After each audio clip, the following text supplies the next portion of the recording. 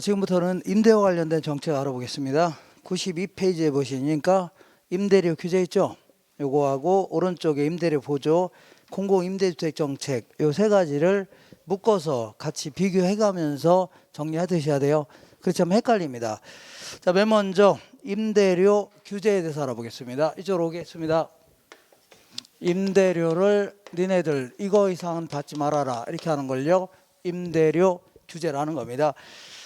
자, 예컨대 이런 얘기입니다. 이렇게 어떤 지역이 있는데 어떤 지역이 딱 있습니다. 딱 있는데 20평 정도 기준으로 해서 임대료가 50만 원 정도가 형성돼 있습니다. 이게 더 비싸다는 얘기죠. 100만 원 버는 사람들이 50만 원씩 내니까 비싸다. 그래서 니네들 20만 원 이상은 받지 말아라 이렇게 하는 걸요 임대료 규제라는 겁니다. 근데 요거를 다른 말로요 이거 이상 올라가면 돼요 안 돼요? 이거 이상 올라가면 안 되죠. 여기까지만 올라가라. 그래서 이걸 최고 가격이라는 겁니다. 뭐라고요? 최고 가격. 그리고 올라가도 여기까지만 올라가야 되죠. 이거 이상 올라가면 돼요 안 돼요?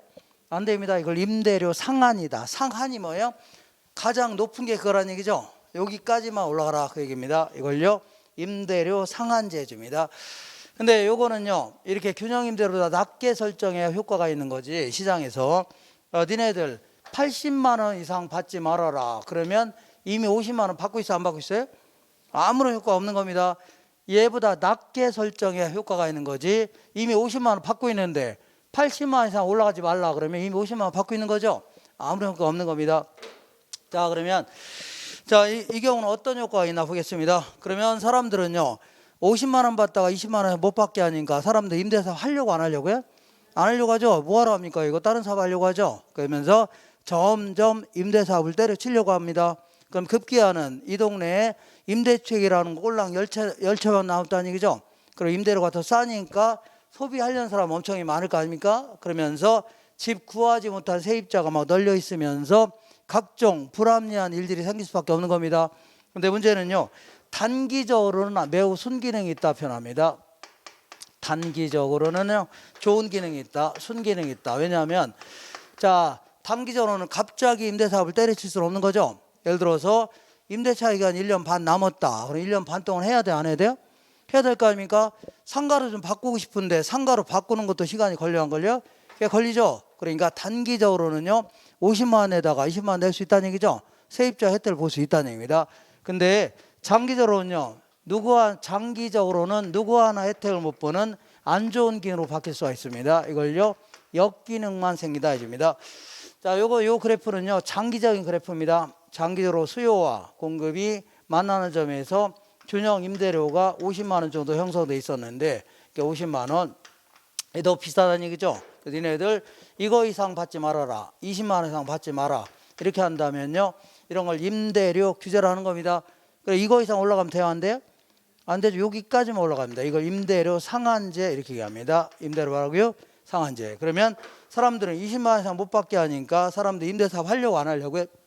그러니까 공급량이 계속 줄어들면서 결국은 10채밖에 안 남는 거죠. 그 다음에 임대료가 싸니까 또 소비하려는 사람 많아져요. 그러니까 수요량은 점점 증가합니다. 이렇게 많아진다는 얘기죠.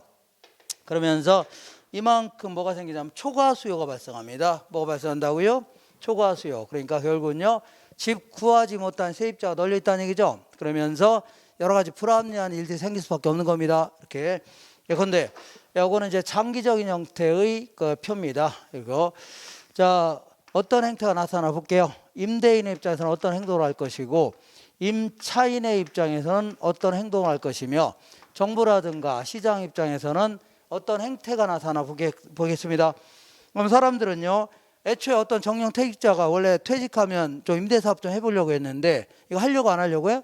안 하려고 하죠. 임대사업에 대한 투자를 막 기피하려고 합니다. 그 다음에 기존에 임대주택 용도로 쓰던 사람들이 이거 해봐야 돈이 돼야 안 돼요? 안 되니까 상업용 같은 거 상가로 막 바꾸려고 하죠. 용도를 자꾸 전환하려고 합니다. 그러다 보니까 계속 공급량이 줄어드는 거죠.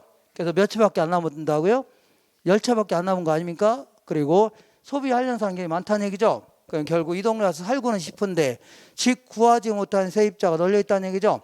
어쩔 수 없이 달동네에 사는 사람이 수룩하다닙니다. 살고는 싶은데 이 동네에 와서 되셨죠? 그러면서 집 구하지 못한 세입자가 널리는 겁니다. 그리고 옛날에는요 50만 원 받을 때는 세입자가 와서 도배지 교체해 주세요. 그러면 얼른 교체해 줬죠. 근데 지금은요 도배지 교체해 주세요. 그러면 뭐 붙이고 살라고요?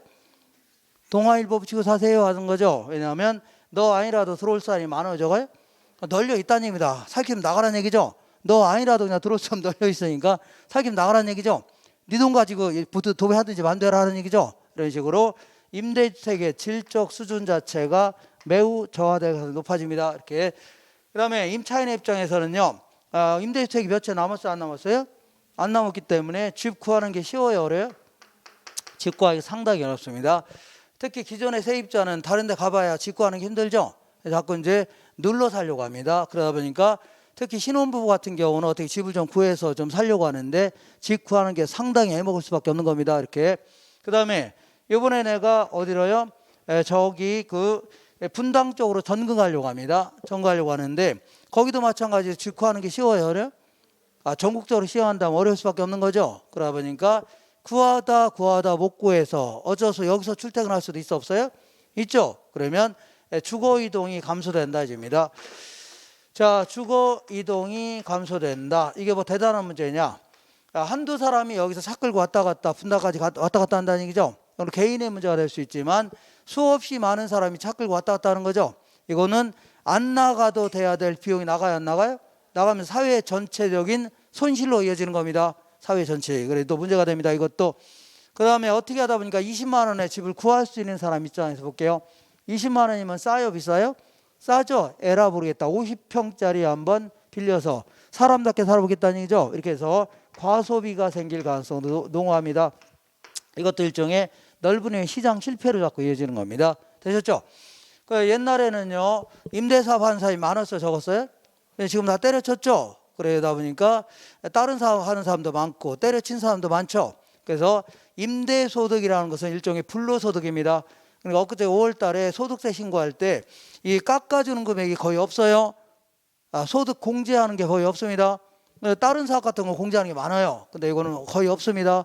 일종의. 그리고 때려친 사람도 많죠. 그러다 보니까 소득세 수입이 급감하면서 결국은요 정부를 꾸려나가는 데 힘들어질 수 있다는 얘기죠. 이렇게. 그 다음에 이번에 그 분당 가서 집을 구하지 못한 사람이 집주인을 살짝 불러서 내가 계약서엔 요걸로 써드릴게요. 몰래 한 40-50만 원 더 드릴 테니까 기존의 세입자 내보내고 내가 들어갈게 할 수 있죠. 이런 식으로 불법적인 암시장이 형성될 가능성이 아주 높습니다. 그러니까 이 건 내 20만 원 이상 못 받게 했더니 몰래 한 50-60만 원에 거래하고 있다는 얘기죠. 상당히 이중각이 형성되면서 아주 불합리한 시장이 될 수밖에 없는 겁니다. 자, 결국은요 임대료 규제했더니 누구 하나 혜택을 못 보는 안 좋은 데로 바뀔 수 있다는 얘기죠. 장기적으로. 단기적으로는 효과가 있을지언정 장기적으로 누구 하나 혜택을 못 보는 안 좋은 제도가 될 수 있는 겁니다. 자, 그 다음에 맨 아래 볼게요. 거기 92페이지 맨 아래 추가 정리라고 해서 이렇게 우리 수요 공급 이론할 때 이거 기억나시나요 모르겠는데, 자, 이런 식으로 수요 곡선을요 이렇게 그린 걸 뭐라고요? 탄력적이라는 겁니다. 이렇게 그린 걸요 비탄력적. 하늘에서 비가 내려오는 형태를요 비탄력적. 이런 형태로 그린 걸요 탄력적이다. 이런 형태로 그린 걸 뭐라고요? 비탄력적인 공곡선이라는 겁니다. 이렇게. 이런 걸요 1보다 크다. 이런 거라고요? 1보다 작다 해주는 겁니다. 알겠죠? 이렇게. 자, 그럼 만약에 자 수요와 공급이 이렇게 비탄력적일 경우는요 어떻게 그려져요? 이렇게 그린 게 비탄력적이죠. 그러니까 수요와 공급. 탄력적일 경우는 어떻게 그려집니까? 이러한 형태로 그린 게 탄력적인 거죠. 맞지 않나요? 자, 근데 여기 50만 원이 이렇게 형성돼 있었는데 이 50만 원이 비싸요, 안 비싸요? 비싸니까 니네들 이거 이상은 받지 말라는 얘기죠. 20만 원 이상. 그러면 20만 원 이상 받지 말라니까 이게 초과 수요가 되는 겁니다. 이거 뭐라고 한다고요? 초과 수요. 그 다음에 이거 볼게요. 50만 원이 형성돼 있었는데 이렇게 만약에 니네들 20만 원 이상 받지 말랍니다. 이렇게 20만 원 받지 말라는 얘기죠. 그럼 이게 초과 수요가 되는 겁니다. 알겠죠? 그러니까 이렇게 이제 비탄력적일 때는 초과 수요가 거의 없어요. 근데 탄력적일 경우는 초과 수요가 크다는 얘기죠. 왜 이런 현상이 나타나냐면 임대료 20만 원 이상 못 받게 하니까 사람들 거의 다 때려쳤다는 겁니다.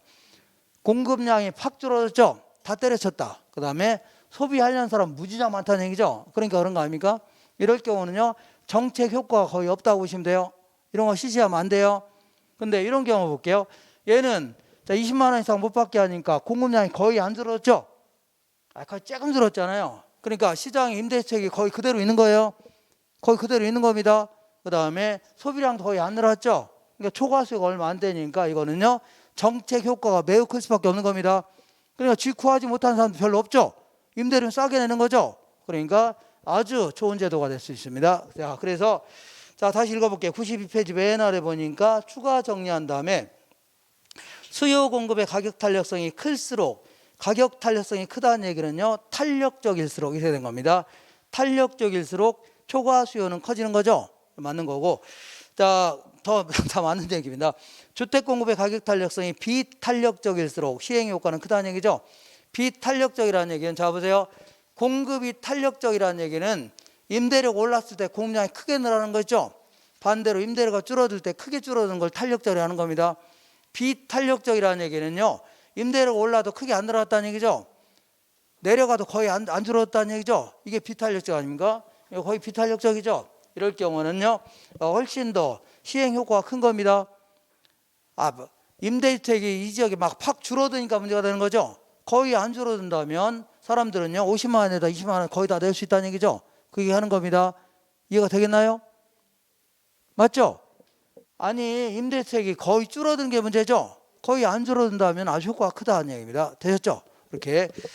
자, 거의 예제를 통해서 확인할게요. 우리 예제가 아니라 기출문제 1번 볼게요. 다른 조건이 일정할 때 정부가 임대료 한도를 시장 균형 임대료보다 높게 설정하면, 자 80만 원 이상 받지 말아라. 그러면요, 시장에서는 아무런 효과 없다고 했죠. 아무런 효과 발생하지 않는다. 2번 볼게요. 임대료를 균형 임대료 이하로 규제한다면 단기적으로는요, 임대주택 공급량이 줄어들지 않는다고 했죠. 그렇기 때문에 임차인에게 효과가 있어 없어요? 있다. 매우 좋은 제도입니다. 거의 안 줄어드니까. 3번 볼게요. 시장의 균형 임대료보다 낮은 임대료 규제는요, 임대부동산의 공급 축소와 질적 저하를 가져올 수 있다. 공급이 자꾸 축소되는 거죠. 그리고 더 많으려고 하는 거 아닙니까? 그 다음에 질적 저하를 가져올 수 있다 그런 얘기입니다. 질적 저하. 그 다음에 그 밑에 볼게요. 자, 신문지 붙이고 살라고 했죠. 4번 해볼게요. 정부가 임대료 상승을 통제하면요, 기존 임차인들은 눌러 살려고 하기 때문에 장기적으로 주거 이동이 감소되고 집 구하기도 쉬워요, 어려요? 어려워진다는 얘기죠. 자, 균형 임대료보다 임대료 상한이 낮을 경우에 임대료 규제가 지속되면요, 장기적으로 음성적 거래, 이걸 다른 말로 암시장이 형성되는 겁니다. 암시장이 형성된다. 자, 만약에 이 정책론에서 계산 문제가 굳이 나온다면요, 요 정도 나올 수 있습니다. 1번. 이건 좀 복합적으로 물어본 거라 간단히 계산 문제 나올 수 있는데, 자, 수요 함수는 QD는 어쩌고 저쩌고, 공급 함수는요 QS는요 어쩌고 저쩌고라 가정하자. 다음에 질문에 답하라. 균형 가격 혹은 균형 임대료하고 균형량은 계산해 볼게요. 자, 수요와 공급이 만나는 점에서 균형 임대료하고, 임대료가 가격입니다. 균형 임대료하고 균형량이 결정되는데, 자, 수요 함수는 어떻게 됐다고요? 만 마이너스 10p랍니다. 만 마이너스 10p. 그 다음에 공급 함수는요, QS는 2000 플러스 10p랍니다. 2000 플러스 10p. 그러면 일단은 자, 균형 임대료를 구해야 되죠. 1번 그 얘기 아닙니까? 균형 임대료하고 균형량을 물어보는 거죠. 가격이 임대료예요. 자, 그러면 균형점에서는, 이 균형점에서는 공급량과 수요량이 같아요, 달라요? 몇 번 했었죠? 그러니까 같죠? 그러면 공급량은 이거고 수요량은 이거 아닙니까? 똑같이 해주면 P를 구할 수 있는 겁니다. 몇 번 했으니까. 그럼 공급량은 어떻게 돼요? 2000 플러스 10P고, 수요량은 어떻게 돼요? 이거죠? 만 마이너스 10P네요. 만 마이너스 10P 아닙니까? 이때는요, P는 P대로 묶어야 돼요. 자, 그러면 마이너스 넘어가면 뭘 받게요? 플러스 10P에다 10P 더하는 게 20P가 됩니다. 맞죠? 여기는 플러스가 있다 생각하시면 돼요. 플러스가 넘어가면 뭘로 바뀌어요? 마이너스. 그래서 만에서 2000 빼니까 8000 됩니다. 자, 요거 여러 번 했으니까 이런 경우에는요, 자, 요 경우에는 자, 이 가격을 구할 때 8천을 20으로 나누면 돼요. 8천 20으로 나누면 돼요. 이렇게. 그러면 얼마 돼요? 400이 됩니다. 400. 그러면 400 구해서 안 구했어요? 구했으니까 자, 이 400일 때의 수요량과 400일 때 공급량이 같아요? 달라요? 같죠? 그러니까 400을 여기다 집어넣어도 되고 여기다 집어넣어도 돼요?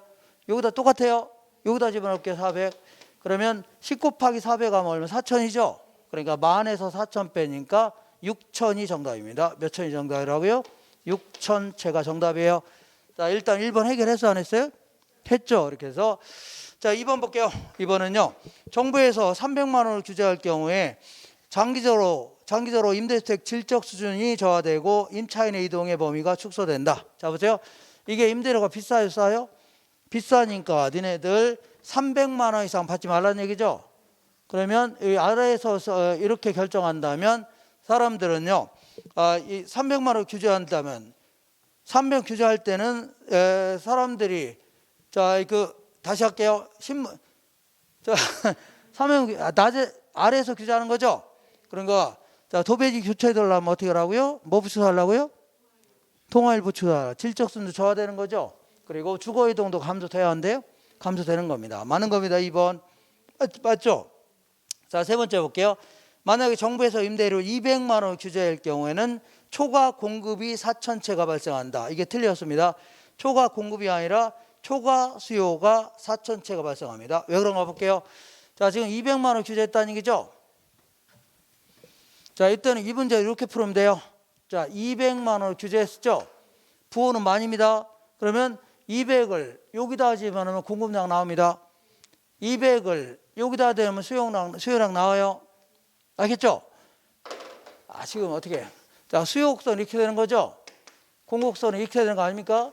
그러면 200을 여기다 집어넣으면 뭐가 나온다고요? 수요량 나오는 거예요. 200을 여기다 넣으면 뭐 나온다고요? 공급량 나오는 겁니다. 이렇게 붙여서 그런 거예요. 자, 다시 할게요. 자, 200을 여기다가 집어넣으면 여기다 200 집어넣죠. 가격을 임대료. 그럼 뭐가 나온다고요? 공급량 나옵니다. 맞죠? 그러면 10 곱하기 200 하면 얼마요? 2천에다 2천 더하니까 4천이 뭐가 된다고요? 공급량이 되는 겁니다. 4천채. 그 다음 200을 여기다 집어넣을게요. 200을 여기다 집어넣자. 그럼 수요량 나왔나요? 이 10 곱하기 2천 하면 2천이죠? 10 곱하기 200 하면 2천이죠? 그래서 만에서 2천 빼니까 얼마라고요? 8천채가 되겠네요. 자, 그러니까 공급량은 4천채, 수요량은 몇 채라고요? 8천채로 늘어나니까 이만큼 초과 수요가 4천채 발생했죠? 4천채가 정답입니다. 초과 수요 얼마라고요? 4천채. 자, 이거는 종합적으로 물어본 바람에 약간 어렵게 느껴질 수 있는데 좀 어려웠나요? 잘하면 할만하죠? 어려웠어요? 네. 자, 이렇게 해서 요거 지워도 되죠? 몇 번 연습해 보세요. 우리 여태 했던 건데 지금 요거 얘를 여기다 집어넣으면 뭐가 된다고요?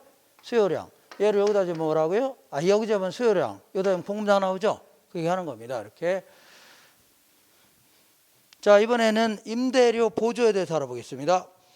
임대료 규제 자체가 단기적으로는 좋은 현상이 나타나지만 장기적으로는 결국은요 누구 하나 혜택을 못 보는 안 좋은 데로 바뀔 수 있는 거죠. 그래서 안 되겠다. 임대료를 우리가 공짜로 지원해 주겠다는 걸요 임대료 보조로 하는 겁니다. 자, 임대료 보조는 크게 이제 두 가지 형태가 있을 수가 있는데 이렇게 볼게요. 우리 같은 소비자들한테 지원할 수도 있고 그다음에 공급자들한테 지원할 수 있는데 여기서 말하는 공급자는요 건설업자를 얘기합니다. 누굴 얘기한다고요? 건설업자를 지원해야겠다. 자, 소비자 보조는 이렇게 얘기하는 겁니다. 어떤 사람이 월세를 40만 원 내고 있는데 이게 너무 비싸요, 안 비싸요? 비싸니까 극빈층을 선정해서 한 30만 원 정도를 지원해 주겠다. 아니면요 보조해 주겠다는 걸요 임대료 소비자 보조를 하는 겁니다. 소비자 보조. 이번에는 공급자 보조는요 어떤 건설사가 아파트 한 동일 때 100억 들어간다고 치자. 얼마 들어간다고요? 100억이 들어가는데 만약에 지금은요 자, 이 건설업자가 아파트 지어서 10년 이상 물론 국민주택 규모 이하의 아파트 지어서 10년 이상 임대사업 하고자 한다는 얘기죠. 그리고 약간 임대료도 저렴하게 해서 공급한다면 이걸요 공공지원 민간 임대주택 이렇게 해서 정부에서 주택도시기금 있죠. 이걸 투입해서 좀 지원해 주겠다. 그리고 여러 가지 공적자금도 투입하겠다는 얘기죠. 나중에 세제 같은 거 많이 절감시켜 주겠다는 얘기입니다. 이렇게 하겠다 그런 얘기입니다. 근데 요거는요 말이 복잡하니까 이렇게 그냥 간단히 이해를 돕기 위해서 한 동 지을 때마다 50억을 지원해 준다. 가정해 보자. 자 이렇게 하는 거 뭐라고요? 공급자 보조를 하는 겁니다. 알겠죠? 가정해 보는 겁니다. 자 그러면 소비자한테 지원해 줄 경우는 어떤 효과가 나타나 볼게요. 이렇게 어떤 효과가 나타나나. 자 그러면 갑이라는 사람이 원래 100만 원을 벌고 있었는데 100만 원. 자 그동안요 주택에 대해서 임대료를 얼마 냈어요? 얼마 냈어요? 40만 원 냈죠? 맞지 않나요? 그리고 그 남는 돈 가지고 다른 재화도 구입했을 거 아닙니까? 타재화를 60만 원치 좀 구입하고 있었는데 지금은요 순전히 내 돈 나간 것만 따지면 돼요. 누구 나가라고요? 내 돈 나간 거. 그러니까 30만 원 지원해 주니까 내 돈은 얼마 나가는 거예요? 10만 원만 나가는 거 아닙니까? 그러니까 똑같은 크기의 집을 10만 원만 내도 돼야 한대요? 되는 거 아닙니까? 그러니까 임대료가 상당히 싸진 효과가 있습니다. 내 돈 나가는 것만 생각하시면 돼요. 그러니까 10만 원만 해도 되는 거죠? 임대료가 싸요 안 싸요? 매우 싸진 효과가 있습니다. 그렇기 때문에 사람들은요 상대적으로 비싼 거를 덜 소비하고 싼 걸 막 더 많이 소비하려고 한다는 얘기죠. 이걸 뭐라고요? 대체 효과라는 겁니다. 무슨 효과라고요? 대체. 모든 사람은 이런 행태를 보이는 겁니다. 이거 무슨 효과라고요? 대체 효과. 예를 들어서 휘발유 맨날 넣고 다니다 3만 원씩 넣고 다니다가 어느 날 주유소 갔더니 휘발유 가격이 반값으로 떨어졌다는 얘기죠. 너무 떨어졌나요? 문양 떨어졌죠. 그러면 3만 원씩 넣었던 거를 만땅 채우고 다닐 수 있죠. 본인이 다 그렇게 되는 겁니다. 다른 거 덜 사오고 막 이거 꽉꽉 채워놓고 다니는 거죠. 이렇게 하는 거 뭐라고요? 대체 효과라는 겁니다. 되셨죠? 만땅 하시나요? 이거를 다른 말로 가득 해줍니다. 가득. 뭐라고요? 가득. 이거를 아주 왕년에는요 뭐라고 했냐면 뭐라고 했어요? 이빠이. 일본 말로 뭐라고요? 이빠이 했습니다. 진짜 그랬습니다. 제가 일본 안 쓰지만 옛날 그랬습니다. 자 어쨌거나 자 그럼 다시 볼게요. 자 상대로 비싼 걸 더 소비하고 싼 것만 많이 소비하려고 하죠. 임대에서 소비량만 늘리려고 합니다. 다른 걸 더 소비하고. 두 번째는요. 그러면 이번엔 대체 효과는 없다고 치자. 없다고 치고 옛날하고 똑같은 양을 소비한다고 치자. 그래 돈이 남아야 안 남아요? 똑같은 양을 소비한다 해서 돈이 남죠. 왜냐면 10만 원만 있어도 되니까. 그죠? 그러니까 소득이 증가된 효과가 나타납니다. 뭐라고요? 소득. 그렇기 때문에 다른 재화가 됐든 얘가 됐든 더 많이 소비할 수 있다는 얘기죠. 이걸 뭐라고요? 소득 효과라는 겁니다. 자 이런 것 때문에 임대주택에 대한 소비량을 늘리려고 할 겁니다. 이렇게 이게 정부 입장에서 주된 목적이 되는 겁니다. 지금 10평, 12평 너무 열악하죠. 좀 넓은 집에 가서 살라는 얘기입니다. 그 다음에 달동네 같은 게 있는 것은요 상당히 달동네는 가난의 상징 아닙니까? 그죠? 이런 게 자꾸 있으면요 계층 간의 위화감을 주고 그다음에 바람직한 게 아닙니다. 정부 입장에서는 어떤 형태로든 달동네 이 주거복지를 높여서 달동네 없애는 거 있죠? 이런 게 주된 목표가 될 수 있는 겁니다. 근데 철거와 같은 수단을 동원한다면 이분들 보상 많이 받아요 안 받아요? 안 받으면 또 다른 달동네 또 생깁니다. 그러니까 이분들한테 소득을 지원해 줘봐요. 그러면 이분들이 다른 데 이사 가요 안 가요? 소득 같은 거 지원해 준다면 다른 좋은 동네 가서 이사 가려고 하죠. 그러면 공가가 생기면서 밀어버릴 수 있다는 얘기죠. 이런 걸 하려고 하는 게 주된 목적입니다. 그러니까 자 이런 게 이제 소비량 늘리는 거 있죠. 그죠? 그러니까 자 어떻게 하라고요? 10평, 12평 너무 열악하니까 좀 넓은 집에 가서 살라는 얘기죠. 아니면 좋은 동네 가서 살라는 얘기입니다. 이해가 되겠죠? 이런 게 목적이에요. 자, 근데 어떤 사람 이런 사람도 있겠네요. 나는 30만 원 지원해줘도 지금 살고 있는 집이면 충분하다. 이런 사람이 간혹 있어 없어요? 간혹 있을 수 있죠. 그럼 그 사람들은요 돈을 그다 갖다 버리지는 않겠죠. 시장 가서 다른 재화도 구입하려고 할 겁니다. 시장에서는요 타재화의 소비량도 증가하는 게 일반적이에요. 타재화의 소비량도 어떻게 하고요? 증가하는 게 일반적이다. 이번에 공급자한테 지원해 준 거 볼게요. 공급자한테 지원해 주면 예전에는 아파트 한 동 질 때 100억 들어갔는데 지금은 50억 지원해줘 안 해줘요? 해주니까 50억만 있어도 한 동 지을 수 있어 없어요? 그럼 50억 남아야 안 남아요?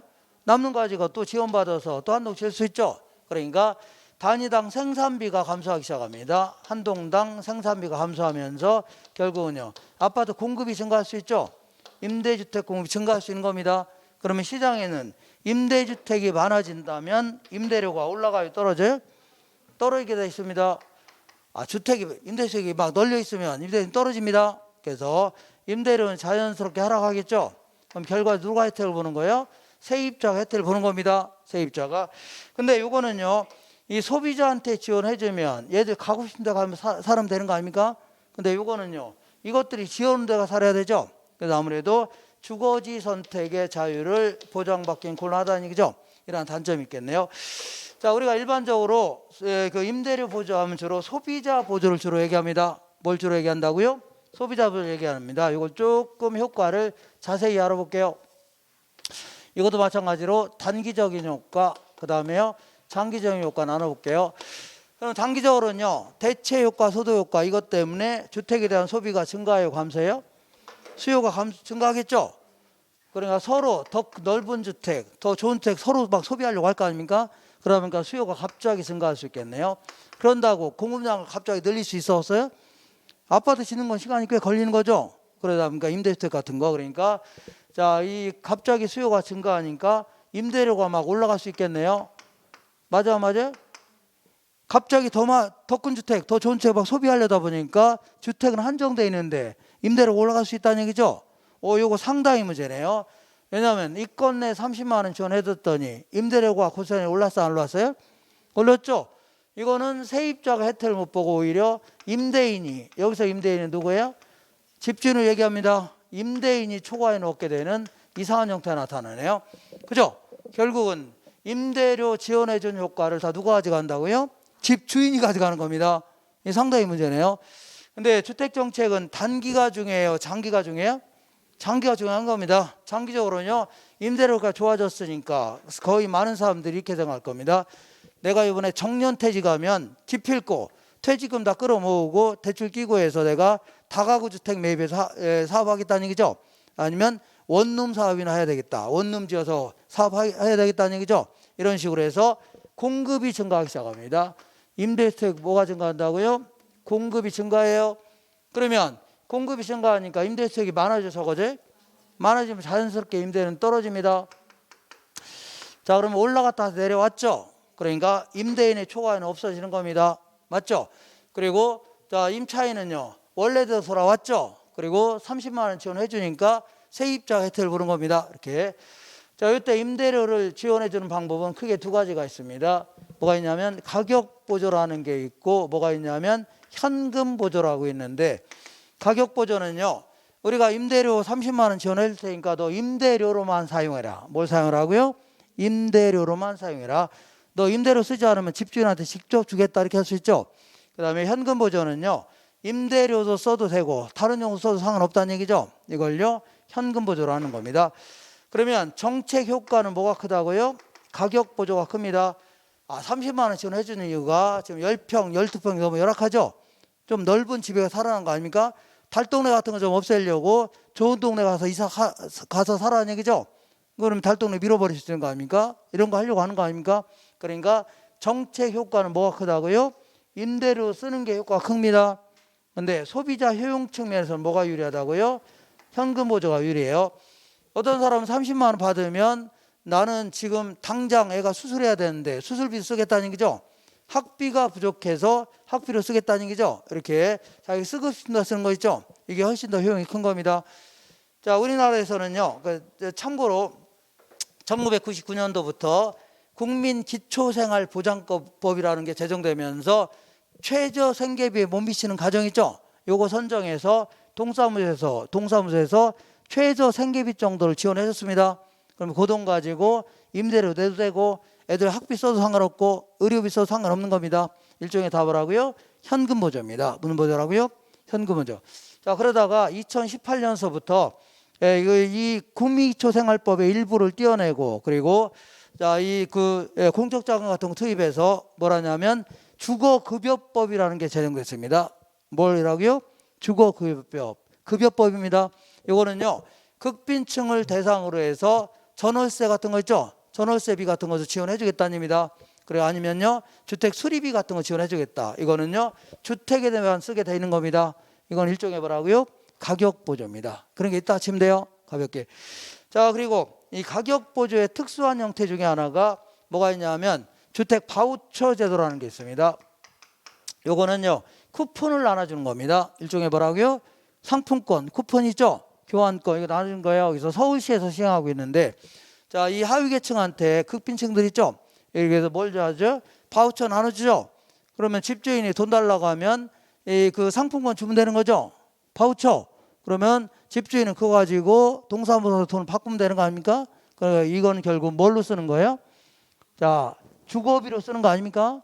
그죠? 그러니까 일종의 뭐라고요? 가격 보조입니다. 문해계약 있죠? 이렇게 하시면 돼요. 자, 지금까지 한 거 문제를 통해서 확인해 보겠습니다. 자, 거기 93페이지 돌아올게요. 93페이지 1번 볼게요. 오른쪽에 1번. 정부가 찾으셨나요? 93페이지 오른쪽에 1번. 정부가 저소득층에게 임차료를 보조해 준다면 저소득층의 주거의 질적 수준이 높아지는 거죠. 더 좋은 주택, 넓은 주택 아니면 달동네가 아닌 좋은 동네로 이사 갈 수 있는 거 아닙니까? 주거 수준이 높아질 수 있는 겁니다. 주택 보조 방식은 크게 생산자에게 보조하는 방식과 소비자에게 보조하는 방식으로 나눌 수 있다는 얘기죠. 맞고 일정 수준 이하의 저소득층에게 정부가 임대료의 일부를 보조해 준다면 대체 효과와 소득 효과로 인하여 임대주택 수요가 증가하겠죠. 맞습니다. 한 장 넘겨볼게요. 4번 볼게요. 임대주택 공급자에게 보조금을 지급하는 방식은요. 임차인에게 보조금을 지급하는 방식보다 임차인들의 주거지 선택의 자유가 제한되는 단점이 있죠. 얘들한테 돈 지원해주면 얘들이 갖고 싶은 데 가서 얘들이 지원한 데 가서 살아야 될 거 아닙니까? 그러니까 주거지 선택의 자유를 제한하는 단점이 있다는 얘기죠. 맞습니다. 자, 5번 볼게요. 정부가 임차인에게 임대료를 직접 보조해 준다면 단기적으로는요 시장 임대료가 상승하지만 장기적으로는요 시장 임대료가 낮아지는 겁니다. 단기적으로는 시장 임대료 올라가 안 올라가요? 올라가지만 장기로 공급이 증가하죠. 그러면서 임대료가 떨어집니다. 자, 그다음에 그 7번 볼게요. 자, 그 6번 임대료 보조 정책은요 장기적으로 임대주택 공급이 증가할 수 있는 거죠. 자, 증가해요 안 해요? 증가할 수 있잖아요. 임대료 올라가는 바람에. 그다음에 7번 볼게요. 주택 바우처 제도는요 임대료 보조를 교환권으로 지급하는 제도 있죠. 맞는 겁니다. 자, 이렇게 해서 이 정도 하시고 이번에는 공공임대주택 정책 알아보겠습니다. 자, 공공임대주택 정책은요 이렇게 자, 여기가 이제 우리 주변에 있는 사적 시장입니다. 삼성아파트, 대우아파트, 대림아파트 이런 시장의 전월세 시장인데 여기는 임대료가 비싸요, 싸요? 상당히 비싸다는 얘기입니다. 그래서 전월세가 비싸다. 그래서 안 되겠다. 소위 말하는 공적 시장이라고 해서 토지주택공사라든가 지방공사 얘들 시켜서 아주 저렴한 아파트 지어서 저렴한 임대료를 공급하겠다는 얘기죠. 이렇게 하는 걸요 공공임대주택 정책이라는 겁니다. 되셨죠? 그래서 아주 저렴한 임대료로 공급하겠다는 얘기입니다. 자, 그러면 이렇게 보겠습니다. 지금은요 여기나 품질은 별 차이가 없다고 가정해야 돼요. 품질이 차이가 있다면 그 다음부터 할 말이 없어져요.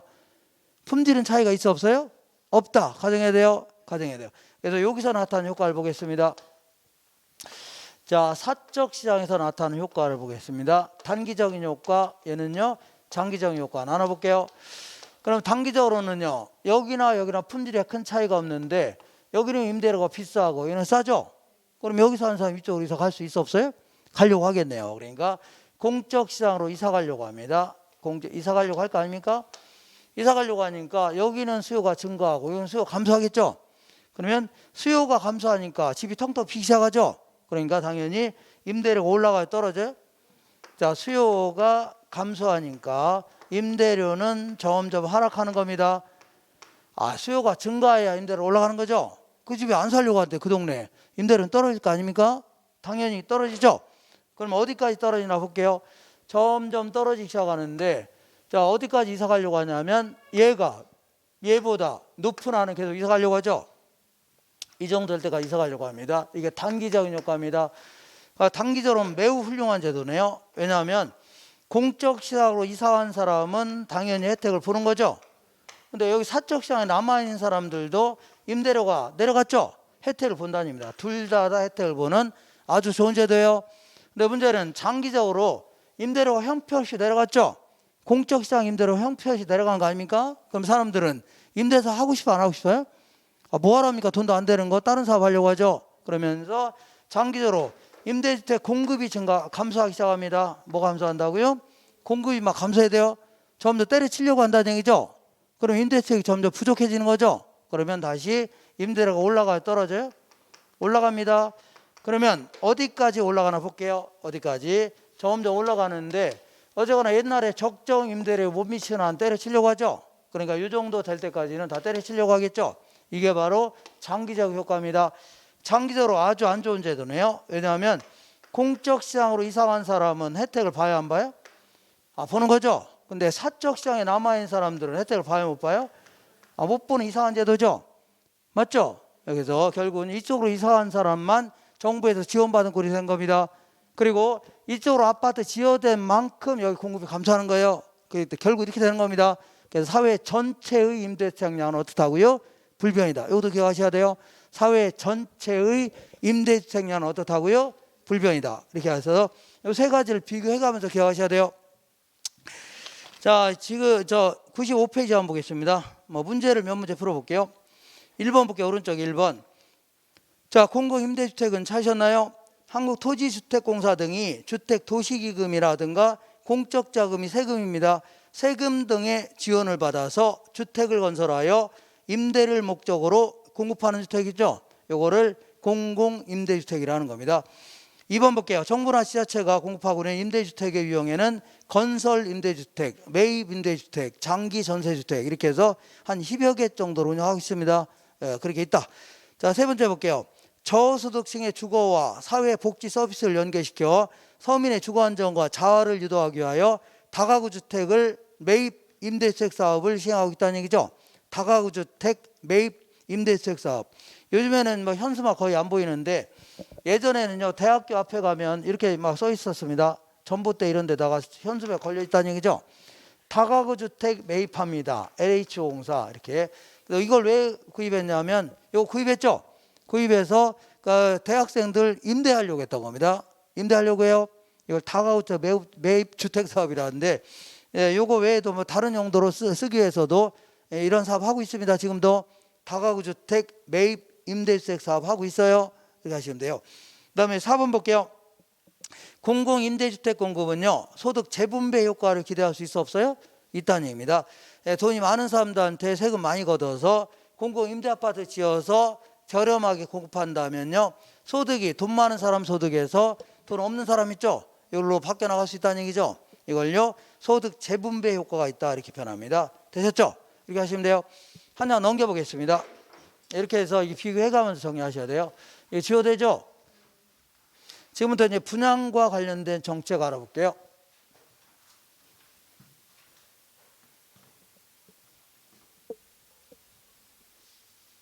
이거는 제가 깨끗이 지울게요. 자, 이렇게 다 지우고 났더니 머리가 어떻게 맑아졌죠? 너저분하니까 머리가 어수선한데 딱 맑지 않나요? 근데 맑은 것 같은데 남은 건 하나도 없어 보이네요. 자, 지금부터 96페이지 보겠습니다. 분양과 관련된 정책 중에 분양가 규제와 자유를 알아볼게요. 자, 어떤 지역의 분양가가 이렇게 볼게요. 한 평당 분양가가 1,000만 원인데 자 30평이면 3억이라는 얘기 아닙니까? 너무 비싸다. 그래서 니네들 안 되겠다. 1,000만 원.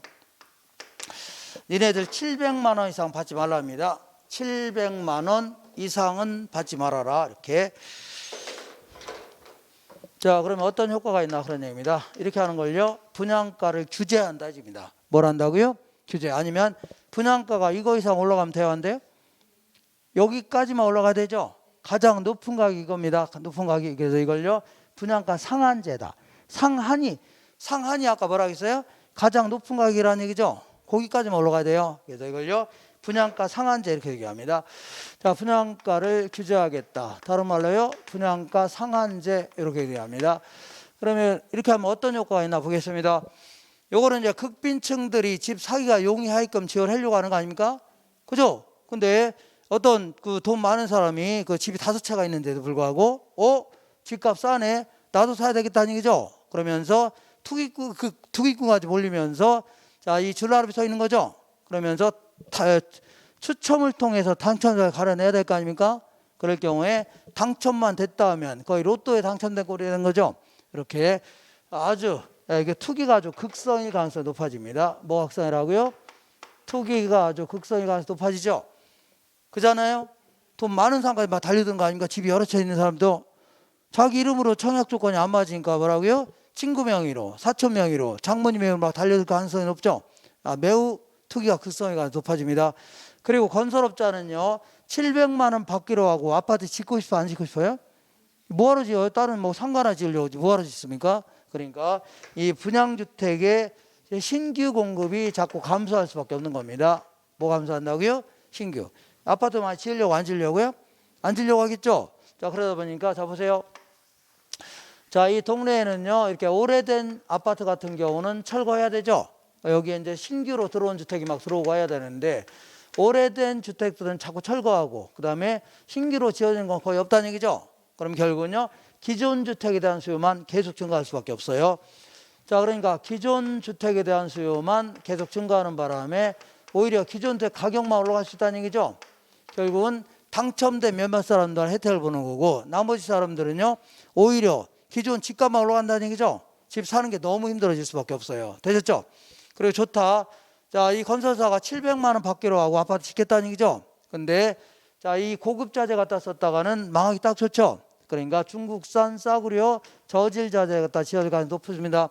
분양주택의 질적 수준이 매우 저하됩니다. 그리고 또한 도심에다 지었다가는 또 망하기 딱 좋죠. 그러니까 저기 산 밑에 나홀로 아파트 막 이런 거 지어야 되는 바람에 아주 토지용 자체가 비효율적이 될 가능성이 아주 높습니다.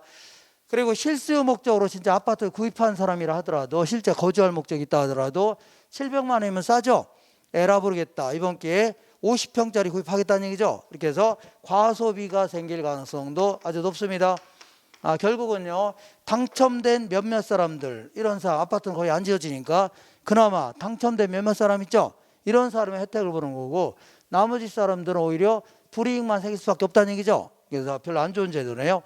안 되겠다. 니네들 자, 분양가를 자유로 하겠다. 그 얘기는요, 시장 기능에 맡기겠다는 얘기죠. 그러면 어떤 효과가 있나 볼게요.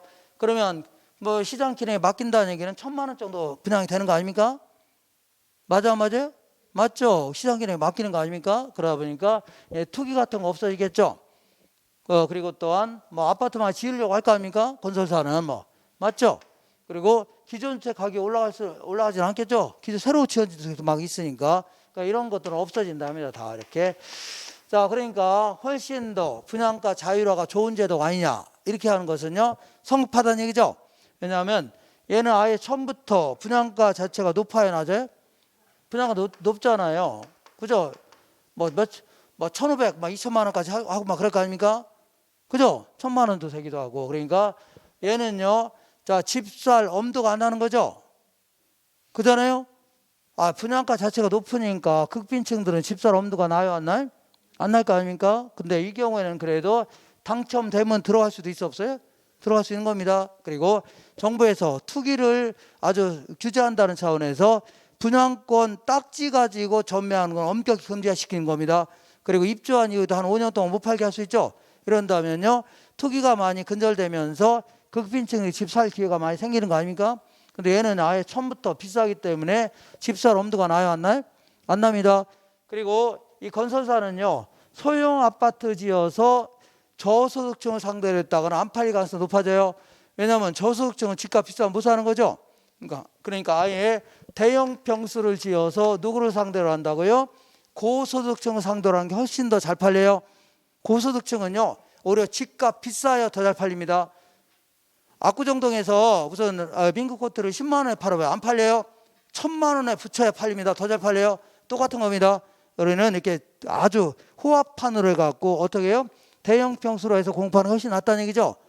그죠? 그런 사람들이 막 들어와서 입주하려고 할 거 아닙니까? 가난한 사람 들어온 거 싫어합니다. 이런 사람들은. 자, 그래서 결국은요, 대형 위주로 짓기 때문에 어떤 제도가 더 훌륭한 제도나 일적으로 말할 수는 없는 겁니다. 다만 시대와 장소에 따라서 탄력적으로 운영해야 됩니다. 그 밑에 간혹가다 이제 그 주택 법령상 분양가 규제가 자꾸 가끔 나오는데 96페이지 아래쪽 볼게요. 자, 분양가 규제는요, 분양가 상한제는요, 기억번에 볼게요. 1번의 기억번에 공공택지에서 공급하는 주택 있죠? 공공택지 있죠? 국가 등이 갖고 있는 땅을 구입한 땅을 뭐라고 한다고요? 공공택지라는 겁니다. 주로 이제 일반적으로는 토지주택공사에서 땅을 구입한 거 있죠? 이런 걸 뭐라고요? 공공택지에서 공급하는 주택에 대해서는요, 분양가 상한제를 적용합니다. 알겠나요? 그리고 자, 어딘지 아시나요? 자, 니은번에 공공택지가 아니라 하더라도 주택가격 상승 우려가 있어서 국토교통부 장관이 지정하는 지역 있죠? 요 민간택지라 하더라도 국토교통부 장관이 지정하는 지역에서는요, 분양가 상한제를 적용합니다. 되셨죠? 이렇게. 그러니까 건설사가 토지주택공사로부터 구입한 땅이 아니라 그냥 지나가다 땅 구입할 수 있는 게 동네 땅. 이거 다 뭐라고요? 민간택지라는 겁니다. 그 다음에 자, 이번에 다음 각 호에 해당되는 것은요, 분양가 규제에서 배제하고 있습니다. 도시형 생활주택이라고 해서 이 공부에서 공부하죠. 도시형 생활주택은요, 공공택지에서 공급하는 그 300세대 미만 있죠. 300세대 미만의 원룸형 주택이라든가 아니면요, 단지형 다세대, 단지형 연립 같은 거 있죠. 이런 걸요, 도시형 생활주택이라는데 요거는요, 분양가 상한제에서 배제하고 있습니다.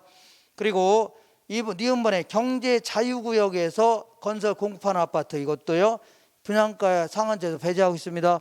경제 자유구역이 어디냐면, 자, 이 외국에 있는 자본이라든가 기술을 끌어들일 목적으로, 유치할 목적으로 정한 지역 있죠. 그런 지역에서 장사하는 사람들한테 상당한 혜택을 주겠다는 얘기죠. 대표적인 데가 어디냐면 송도, 인천 송도 있죠.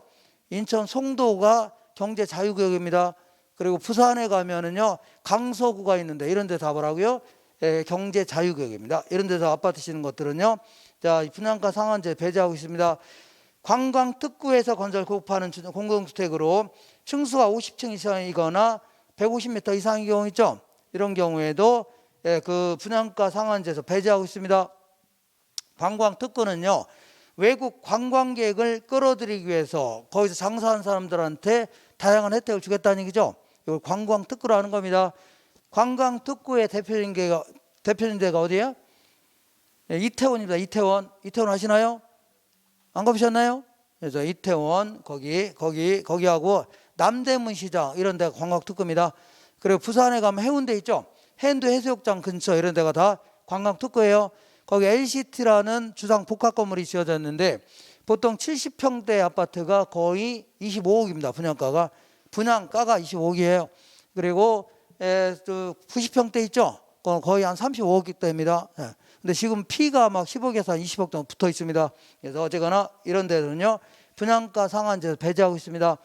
그다음에 그 맨 아래 보니까 이 분양가를 정할 때는요, 이 그 건물만 분양가를 정하는 게 아닙니다. 밑에 땅도 있어 없어요? 이것도 같이 정하는 겁니다. 알겠죠? 그래서 자, 구성돼 있다. 이렇게 하시면 돼요. 오른쪽은 쉬운 거니까 읽어보시면 돼요. 자, 이번에 선분양제도, 후분양제도 알아볼게요. 이렇게 보겠습니다. 얘는요, 선분양제도, 얘는요, 후분양제도다. 선분양제도는 말 그대로 완공도 되기 전에 미리 파는 거 아닙니까? 이걸 뭐라고요? 선분양제도라는 겁니다. 자, 극단적인 경우는요, 어떤 사업 부지에다가 울타리만 덜렁 쳐놓고 포크레인 몇 개 딱 갖다 놓고서 자, 이 지하철역 5번 출구 앞에다가 모델하우스 지어놔 안 지어놔요? 지어놓죠. 이렇게 해서 분양하는 거 있잖아요. 그죠? 있지도 않은 건물 막 있지도 않잖아요. 건물이 이거 막 분양하는 거 아닙니까? 예. 자, 이런 식으로 하는 걸 뭐라고요? 선분양제도라는 겁니다. 뭐라고요? 선분양제도. 자, 그러면 이 선분양제도 같은 경우는요. 자, 결국은 우리가 계약금, 중도금 같은 거 내왔네요. 분양 받았으면 그죠? 요거 가지고 아파트 짓는 거예요. 우리가 계약금, 중도금 같은 거 내왔네요. 그 요놈 가지고 아파트 짓는 겁니다. 결국은 소비자의 돈을 가지고 건설 자금에 쓰는 거예요. 그죠? 그러면 지들이 우리 돈 가지고 건설 자금 쓰니까 자, 지네들이 이자 내야 돼, 안 내야 돼요? 이자 내야 되는데 이자는 또 우리가 냅니다. 우리가 중도금 대출 받았는데요.法적으로 우리가 이자 내야 되는 겁니다. 아주 이상한 구조네요. 지들이 건설 자금을 갖다 쓰면서 이자는 누가 내요? 우리가 내는 겁니다. 이거 별거 아니면서 뭐 물어보기도 합니다. 이것도 되시죠? 자, 그러니까 이거는 건설 자금에 대한 이자를 누가 내는 거라고요? 소비자가 내는 꼴이 된 겁니다. 근데 얘는요, 후분양은 완공된 다음에 파는 거죠. 그러니까 지네들이 차입을 통해서 건설하는 겁니다. 지들이 은행에서 빌리는 거예요. 그럼 그 돈 가지고 아파트 짓는 거죠. 그럼 건설 자금에 대한 이자를 누가 내야 돼요? 건설사가 내야 되지. 누가 왜 냅니까? 우리가 왜 내요? 그러니까 건설사가 내는 겁니다. 건설 자금에 대한 이자를. 자, 이거는요, 우리 80년대에 아파트를 막 많이 지으라고 독려하기 위해서 자본력이 딸리는 건설사도 막 계약금, 중도금 막 받아가면서 막 아파트 지으라는 얘기죠. 야, 그래서 건설업자를 독려하기 위해서 나온 제도입니다. 알겠죠? 근데 이거는 소비자 위주의 정책이에요. 소비자들이 이것저것 다니면서 품질이 좋은 거 있죠? 고를 수 있다는 장점이 있습니다. 잠시 할게요. 어쩌거나 요거는 선분양 같은 경우는 극단적인 경우는 있지도 않는 건물을 가지고 구입한 거죠. 그잖아요. 그럼 나중에 부도 나면 어떻게 할 겁니까? 아니 아파트 안 지어질 수도 있는 거죠. 그러니까 위험이 커요, 작아요? 소비자 입장에서 위험이 상당히 클 수밖에 없는 거예요. 그잖아요. 그럼 뭐하러 선분양 받아요? 후분양 받으려고 하죠. 그러니까 얘들은 분양가를 싸게 해야 팔립니다. 분양가가 매우 낮을 수밖에 없어요. 알겠죠? 근데 이거보다 더 큰 문제는요, 분명히 모델하우스에서는요 이태리 이상 고급 양변기였다는 얘기죠. 근데 잔금까지 다 치르고 이사 끝난 다음에 힘들어서 양변기 안 졌는데 주저앉았다는 얘기죠. 그죠? 분명히 이태리 이상 고급 양변기였는데 나중에 입주하고 들어와서 양변기 안 졌더니 주저앉은 거 아닙니까? 알고 봤더니 뒤에 뭐라고 써 있어요? 메이드 인 방글라데시. 이게 나온 거 아닙니까? 그러니까 얘는 입주자는 미리 확보했겠다. 나중에 땀만 먹을 수 있다는 얘기죠. 그러니까 분양주택의 질적 수준이 막 저하될 가능성이 매우 높습니다. 되셨죠? 근데 얘는 거꾸로 해주면 돼요. 얘는 완공된 다음에 파는 거니까 소비자 입장에서는 위험이 커요, 작아요? 작아요. 그리고 그러다 보니까 분양가는 매우 높을 수밖에 없는 겁니다. 근데 요거의 가장 큰 장점은요, 얘는 완공된 다음에 파는 거죠. 그러니까 삼성아파트, 대우아파트, 대림아파트, 하나아파트 막 사람들이 아주머니 돌아다니면서 마음에 드는 거 고르려고 하겠죠. 그러니까 품질에서 밀리면 안 팔릴 수 있는 겁니다. 그러니까 품질 경쟁이 아주 클 수밖에 없어요. 그러다 보니까 분양주택의 질적 수준이 매우 높을 수밖에 없다는 얘기죠. 이렇게 하시면 돼요. 자, 문제를 풀고 잠깐 쉬겠습니다. 1번 볼게요. 97페이지에 오른쪽에 1번. 선분양 제도는요, 찾으셨나요? 초기 주택 건설 자금의 대부분을 주택 구매자로부터 조달하므로 건설 자금에 대한 이자 일부를 누가 부담한 꼴이에요? 주택 구매자가 부담하게 된다는 얘기죠. 그 다음에 2번 볼게요. 소비자 측면에서 후분양 제도는 선분양 제도보다는요, 공급자의 부실 시공이라든가 품질 저하에 대처할 수 있다는 얘기죠. 그러니까 품질이 매우 뛰어날 수 있다는 얘기입니다. 그래서 품질 저하에 대처할 수 있다는 얘기는 좋은 품질을 가진 걸 구입할 수 있다, 그런 얘기예요. 알겠죠? 그렇게 하시면 돼요. 이 정도 하시고 잠깐만 쉬었다가 조세 정책 있죠? 넘어가겠습니다. 잠깐 쉴게요.